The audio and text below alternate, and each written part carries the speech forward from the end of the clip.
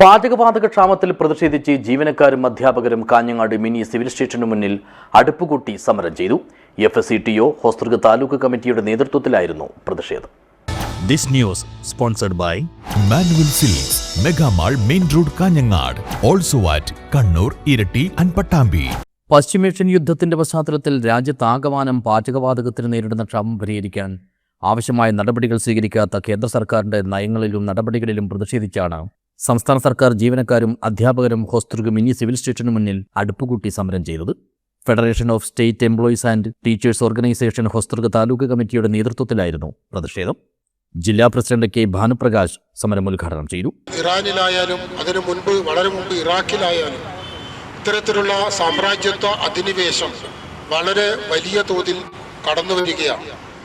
അത് നമ്മൾ പലപ്പോഴും റഷ്യ യുക്രൈൻ യുദ്ധം നടക്കുമ്പോഴും അതോടൊപ്പം മറ്റ് പല യുദ്ധങ്ങളും നടക്കുമ്പോഴൊക്കെ നമ്മൾ ശ്രദ്ധിച്ചിട്ടുണ്ടാകും. ഇതിൻ്റെയൊക്കെ ലക്ഷ്യം എന്ന് പറയുന്നത് പൂർണ്ണമായും ആ രാജ്യത്തെ സമ്പത്ത് കൈയടക്കുക എന്നുള്ളതാണ്. നമ്മൾ മുമ്പ് ഇറാഖിലായാലും അല്ലെങ്കിൽ മറ്റ് ഗൾഫ് രാജ്യങ്ങളിലായാലും ഇപ്പോൾ അമേരിക്ക നിങ്ങൾക്കറിയാം, ഇപ്പോൾ ഏറ്റവും നമ്മളെ ക്യൂബയിലേക്ക് അമേരിക്ക പുതിയ രീതിയിൽ കടന്നു കയറാനുള്ള ശ്രമം നടത്തിക്കൊണ്ടിരിക്കുകയാണ്.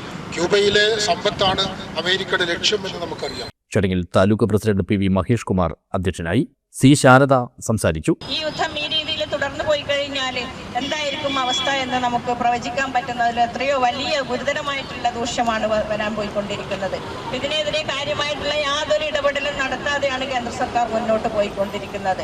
നമ്മുടെ കേരളത്തിലെ മുഖ്യമന്ത്രിയാണെങ്കിൽ അതിൻ്റെ ബദൽ മാർഗങ്ങൾ ആലോചിച്ചു തുടങ്ങിയിട്ടുണ്ട്. പക്ഷെ ഈ ഒരു ചിന്തയൊന്നും ഇല്ലാതെ നമ്മുടെ ഒരു കേവലം ട്രംപിൻ്റെ അല്ലെങ്കിൽ അമേരിക്കയുടെ കാൽക്കീഴിൽ അടിയുന്ന ഒരു സ്വഭാവവുമായിട്ട് നമ്മുടെ ഇന്ത്യ ഗവൺമെന്റ് മുന്നോട്ട് പോകുമ്പോൾ നമുക്കെതിരെ പ്രതിഷേധിക്കാതിരിക്കാൻ വേണ്ടി കഴിയില്ല.